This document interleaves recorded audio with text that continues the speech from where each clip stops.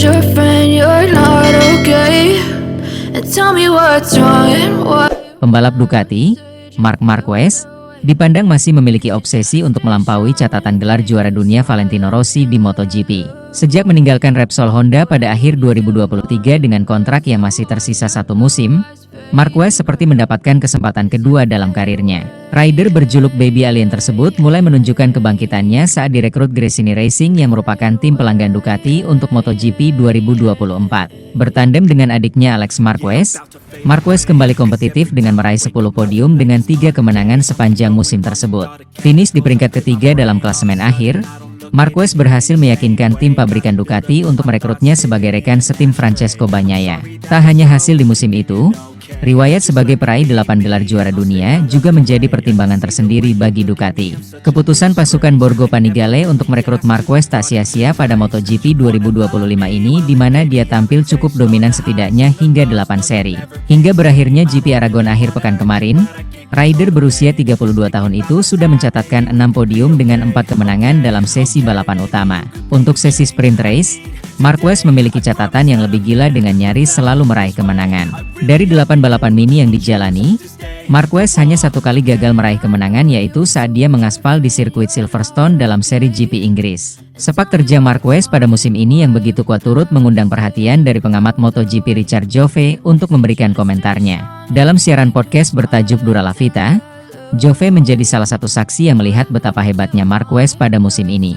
Hal itu terjadi ketika Jove menyambangi langsung GP Aragon di Motorland Aragon, Spanyol, di mana sosok ikonik bernomor 93 itu mengukir akhir pekan sempurna. Bagaimana tidak?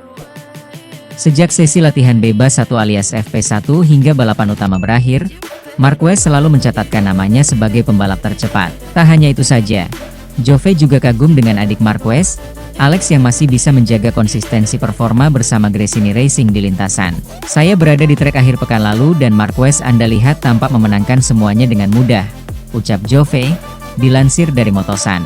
Kedua bersaudara ini, Marquez dan Alex, memiliki jumlah podium yang sama di sprint dan hari Minggu, balapan utama. 8 di sprint, 6 di hari Minggu. Perbedaannya, Marquez karena dialah yang menang. Tetapi mereka berdua menguasai kejuaraan dunia MotoGP seolah-olah itu mudah. Padahal tidak. Tidak ada yang bisa memprediksi Alex Marquez akan berada di level ini sepanjang tahun. Marquez baik-baik saja. Tapi Alex?